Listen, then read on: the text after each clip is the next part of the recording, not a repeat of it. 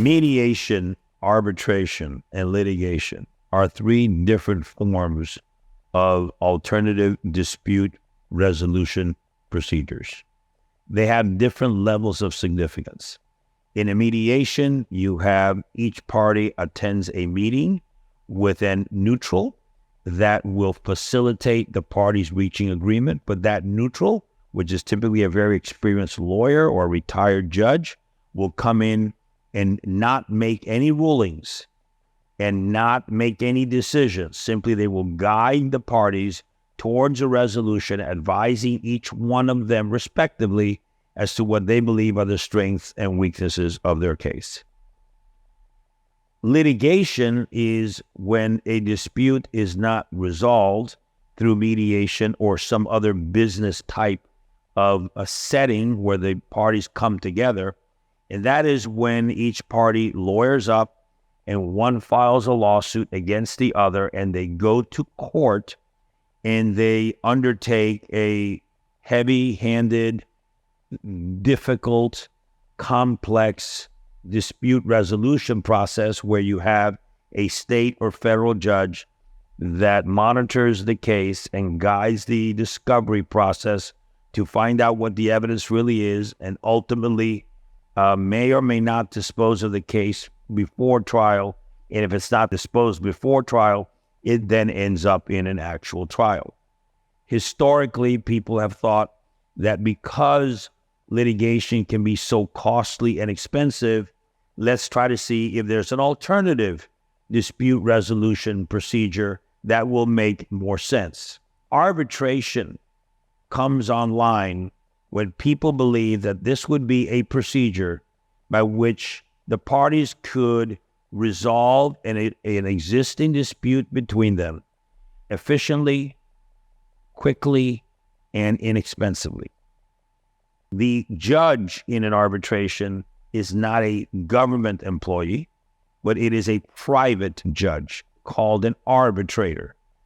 The difference between an arbitrator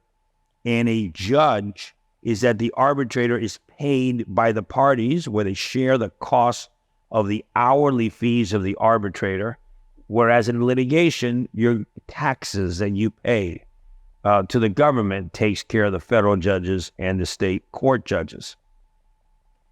If arbitration was carried out as originally intended, it would be a wonderful thing.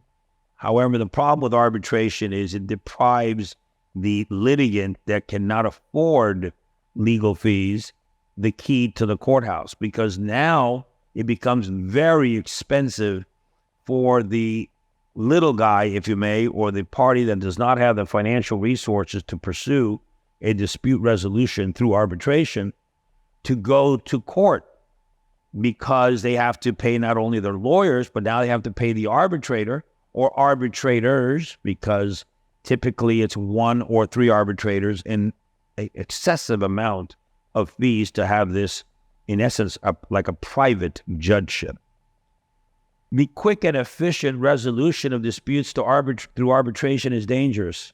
because the arbitrator is not required to follow the law. The arbitrator can get the facts wrong, and there is no basis for an appeal.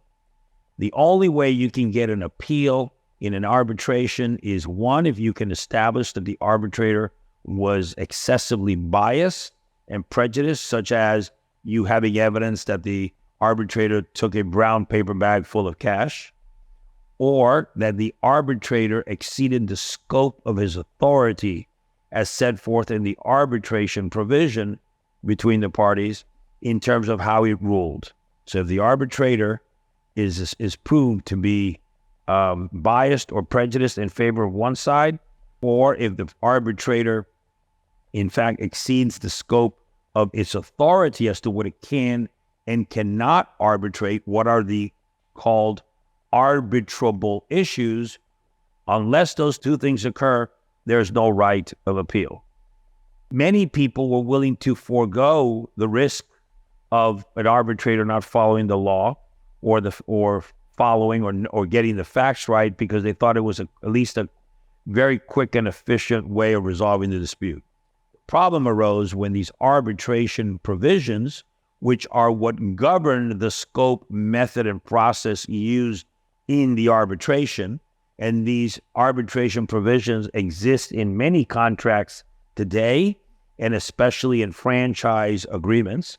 These arbitration provisions can be just as costly, and if not more costly, than undertaking litigation, because many arbitration provisions say that the arbitration will be conducted utilizing or following the federal rules of civil procedure or the federal rules of evidence. Well, when you start following these rules of civil procedure and the rules of evidence, and you start allowing discovery to be taken and depositions to be taken, you're back to a full-blown legal proceeding, yet you've waived, in essence, your right to an appeal. So if the arbitrator is wrong, you can't do anything about it, whereas in a litigation, you can.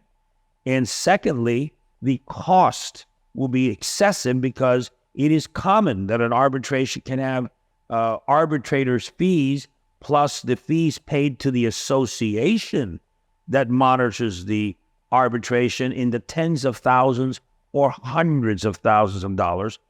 further depriving a franchisee